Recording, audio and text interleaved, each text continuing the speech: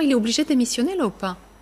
Et c'est là où j'en veux un peu des hommes politiques comme Benjamin Griveaux. C'est pas tant ce qu'il a fait, c'est le fait de renoncer aussi vite. C'est-à-dire que ce matin, celui qui authentifie ce qu'il a éventuellement commis, c'est lui, personne d'autre. Ce matin, si vous regardez les rédactions, si vous regardez l'ensemble... Celui qui même crée l'affaire et lui donne une publicité. Oui, et il lui donne... Il la verticalise médiatiquement, si vous voulez. C'est même pas le Joachim, je sais pas quoi, c'est lui qui verticalise l'affaire médiatiquement. Et il le fait dans une espèce d'immédiateté, si vous voulez, ou quasi-immédiateté, qui fait que, effectivement, certainement qu'on ne connaît pas le contexte intime, le contexte qui est une autre affaire, le contexte familial réellement, puisqu'ici, il dit le mot famille à toutes les deux phrases, voire toutes les phrases.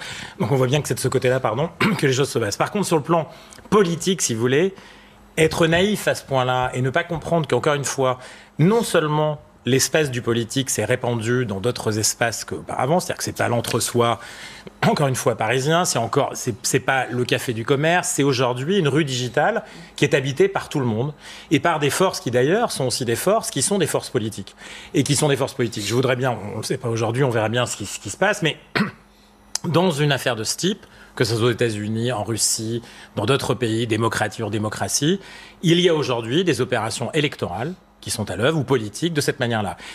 Évidemment, elle s'appuie sur des faits, sur des actes qui sont, voire parfois sur rien du tout, qui remontent aujourd'hui aux États-Unis.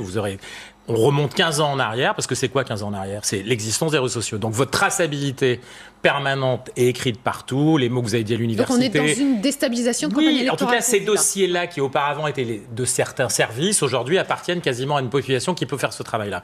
Et donc en réalité, on est dans un système qui est à la fois dans le passé, donc le politique aujourd'hui doit être quelqu'un qui doit faire très attention à son passé, évidemment à son présent, et davantage qu'à l'avenir. Mais ça veut dire aussi qu'il ne peut pas méconnaître ce qui est en train de se passer, ce qui est à l'œuvre. C'est-à-dire que se coucher aussi vite, excusez-moi de le dire, c'est quelque chose qui est à la fois certainement la meilleure défense pour lui à ce moment-là, intime, mais qui n'est pas la meilleure défense politique.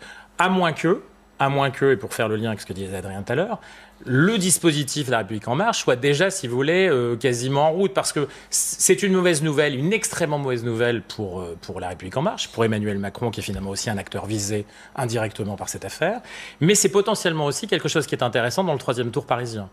C'est-à-dire que c'est pas si net, si vous voulez. La réalité de l'élection parisienne demain, rien n'est dit.